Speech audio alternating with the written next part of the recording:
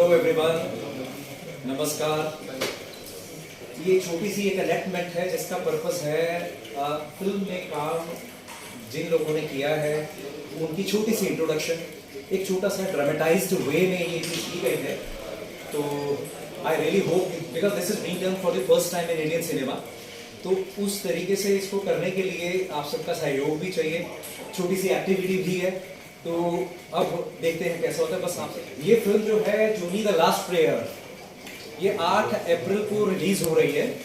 तो सबसे पहले जो आर्टिस्ट हैं जिन्होंने इस फिल्म में काम किया है उनको रिवील करने का जो छोटा सा प्रोसेस है, हमारे थिएटर से जुड़े हुए भी कुछ हस्तियां यहाँ पे आ गई हैं, तो I think this is the right time also. तो अभी उनको आर्टिस्ट को एक एक करके रिवील किया जाएगा छोटी सी इनेक्टमेंट के साथ। तो उन दोस्तों की जो कि छोटे से शहर में इकट्ठा रहते हैं, रूममेट्स हैं, अलग अलग नेचर के लोग हैं, उनमें से जो सबसे सीधा साधा लड़का है उसका नाम है जूनी। वो बहुत ही धार्मिक प्रवृत्ति का लड़का है, हनुमान जी का पक्का भक्त है। हनुमान गोसाई कृपा करो गुरुदेव की नाम जय जय हनुमान गोसाई कृपा करो गुरुदेव की नाम। जोड़ी कब से पूजा कर रहा है? खाना खाना तो बर्तन मान ले। जय जय हनुमान गोसाई कृपा करो, ऐसे ही करो धरो मंदिरा। जय जय हनुमान गोसाई कृपा करो। देखिए इन दोस्तों की तुनक मिजाजी, वो प्रार्थना में बिजी हैं, वो उनको बर्तन मांगने के लिए कह रहे हैं। स्टोरी में ट्विस्ट दोस्तों तब आता है जब इन्हीं की लोकेलिटी में रहती एक लड़की जिसका नाम संजू है,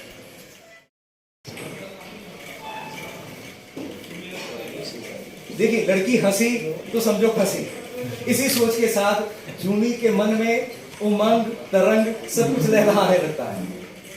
बट आगे क्या होता है, थोड़ा सा रोमांटिक इनका एंगल चलता है और उसके बाद में लड़की के पेरेंट्स को पता लगने पे उस पे प्रेशर डाला जाता है और संजू की शादी कहीं और कर दी जाती है। अब ये तो जूनी के लिए बहुत बुरी बात है, वो एकदम देवदास बन गया, उदास हो गया। परंतु उसके दोस्त तो हैं ना जो उसको सपोर्ट कर सकते हैं। कोई जो नहीं जो होता है अच्छे के लिए, तो भगवान जो करता है ना अच्छे के लिए करता है। तो अपनी पढ़ाई पे ध्यान दे और मजबूत। दोस्तों की जो दी गई उनको डालक है जिसमें कहा गया कि तुम भगवान पे विश्वास करो, भगवान जो करेगा अच्छा ही करेगा, उससे हमारे ये जो जूनी साहब हैं उनमें धार्मिक भावना और जागृत हो जाती है। यहाँ तक कि वो अपने शहर में हो रही एक रामलीला में उसकी रिहर्सल में जुट जाते हैं, उसमें पार्टिसिपेट करने लग जाते हैं। साथ साथ में उनकी पढ़ाई भी चल रही है। वक्त के साथ उनकी पढ़ाई पूरी होती है और उनको दूसरे शहर में एक नौकरी मिल जाती है। मजे की बात यह है कि उस जगह पे, उस शहर में जिस कंपनी में उसको नौकरी मिलती है, वहां भी एक लड़की है जिसका नाम है नैना। उसको जूनी की सिंपलिसिटी इतनी पसंद आती है और वो उससे बहुत प्रभावित होती है और वो बार बार उसके आसपास मंडराती रहती है, कुछ ना कुछ बात करने के बहाने ढूंढती है। वो जूनी में प्रैक्टिकली इंटरेस्टेड है। I feel for you. आप भगवान में बहुत विश्वास रखते हैं और आगे फ्यूचर प्लानिंग में बिजनेस के लिए क्या सोचा आपने? मैं अपना खुद का बिजनेस करूँगा। ठीक है। देखिए वो भी मोटिवेटेड है या मोटिवेट कर रही हैं। जूनी को लगा कि लड़की को मैंने बोल दिया कि मैं बिजनेस करना चाहता हूं तो अब तो करके ही दिखाऊंगा। थोड़ा टाइम नौकरी करने के बाद जूनी बिजनेस में लग जाता है। धीरे धीरे तन मन धन जो भी उसके पास अवेलेबल है, अपनी सारे तरीके के इनपुट्स डाल के वो छोटा मोटा बिजनेस खड़ा कर लेता है। धीरे धीरे उसका बिजनेस ग्रो होने लगता है। वक्त के साथ उसका बिजनेस इतना बढ़ जाता है कि उसके शहर के कई और प्रतिद्वंदी कॉम्पिटिटर्स उसको टक्कर देने के लिए अलग अलग प्लान्स करने लग जाते हैं। जय श्री राम, जय श्री राम। देखिए इनका अंदाज, बिजनेस बड़ा होते ही उनका अंदाज बदल गया। वो और आगे से आगे अपने आप को बढ़ाना चाह रहे हैं, सब कुछ करना चाह रहे हैं। जय श्री राम, जय श्री राम। जूनी, what सोचा नहीं है। सोच लीजिए। मैं बात करता हूँ। देखिए, नैना उनके पास दोबारा आ जाती है, उसके साथ रहने लग जाती है। नैना को और समझ कर शादी करना हमारे लायक नहीं है।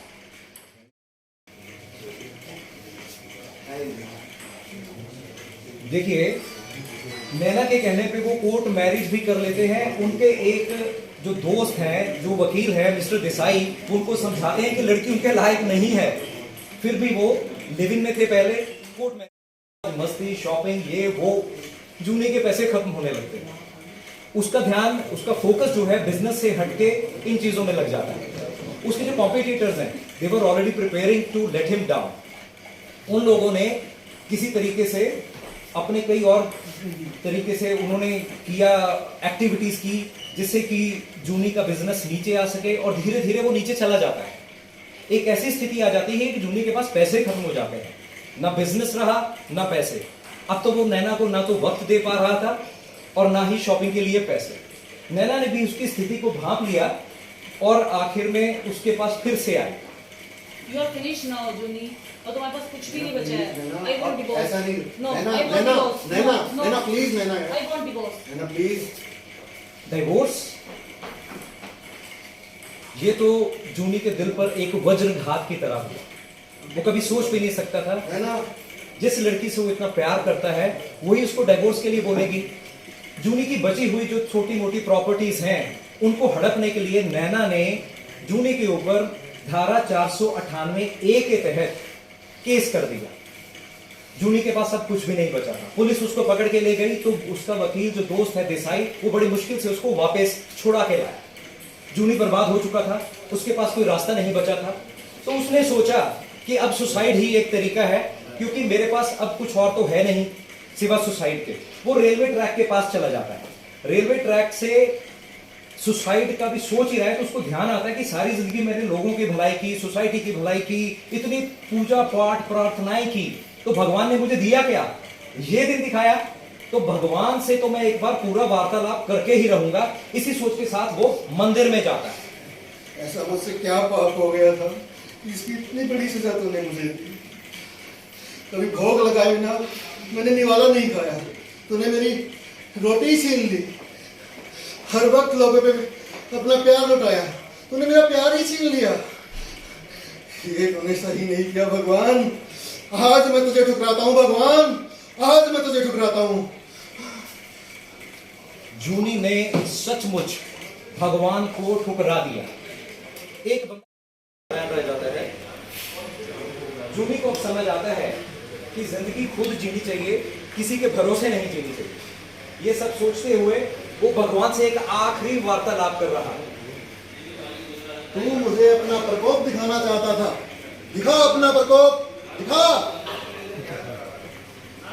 अरे ये क्या? दिखा। भगवान की आवाजें उसको मूर्ति में से साफ साफ सुनाई पड़ रही थी। वो एकदम हक्का बक्का रह गया कि ये क्या हो रहा है। उसी मूर्ति में से उसको भगवान दिखने लगे, जो कि एक विराट रूप धारण कर रहे थे। एक विराट रूप धारण कर रहे थे। जूनी को लगा शायद वो पागल ना हो जाए, इसीलिए वो भागा भागा एक साइकेट्रिस्ट डॉक्टर के पास जाता है। डॉक्टर साहब, मुझे भगवान दिखते हैं। डॉक्टर साहब, डॉक्टर साहब। डॉक्टर उसको बेवकूफ समझते हैं, पागल समझते हैं कि ऐसा कभी कुछ होता है, किसी को भगवान दिखता है क्या? पर जूनी को मालूम नहीं क्या हो रहा है। वो सोचता है तो करूं तो क्या करूं। बहुत पहले एक बुजुर्ग से उनकी मुलाकात हुई थी, उनके पास वो जूनी जाता है अपने प्रश्नों का उत्तर लेने के लिए। शायद वहीं से उसको सही रास्ता मिल जाए। देखा क्या हुआ बेटा? मुझे जूनी अपने आप को ही देखा है। मतलब जूनी तुम्हारी आखिरी प्रार्थना ही तुम्हारी असली प्रार्थना है। इसका मतलब मैं नास्तिक हो गया हूँ? नहीं नहीं, तुम्हारी आखिरी प्रार्थना ही तुम्हारी असली प्रार्थना है। इस बात को समझो। क्या जूनी इस बात को समझ पाया? तो क्या मूर्ति पूजा करता है? तरह तरह के क्वेश्चंस उसके माइंड में हैं, जिसका उत्तर उसे मिलता जरूर है। क्या उसकी आखिरी प्रार्थना ही सच्ची प्रार्थना है? द लास्ट प्रेयर, क्या भगवान वास्तव में है या वो जूही के मन का एक वहम है? ये जानने के लिए जरूर देखिए जूही द लास्ट प्रेयर रिलीज हो रही है। आप सबसे गुजारिश है कि अपनी फैमिलीज के साथ, सब लोगों के साथ, दोस्तों के साथ आइए और जरूर इस फिल्म को देखिए, क्योंकि इसका सब्जेक्ट ही इसका हीरो है। इस सब्जेक्ट पे पहले कभी कोई फिल्म बनाई नहीं गई है।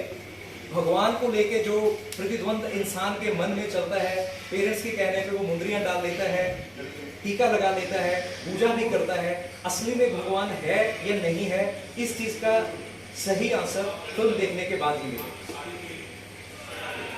कुछ कहना है? बस सर हम यही रिक्वेस्ट करेंगे आप सभी लोगों से कि 8 अप्रैल को हमारी फिल्म आ रही है और आप हमारे के सब टीम का बहुत ज़्यादा एक एफर्ट है जो हमने इसमें लगाया है और सोसाइटी के डिफरेंट सेगमेंट से मैंने मटेरियल इकट्ठा करके फिल्म बनाई है। तो मैं चाहूँगा कि आप सभी इसको अपना भरपूर प्यार दें। Thank you so much. Thank you.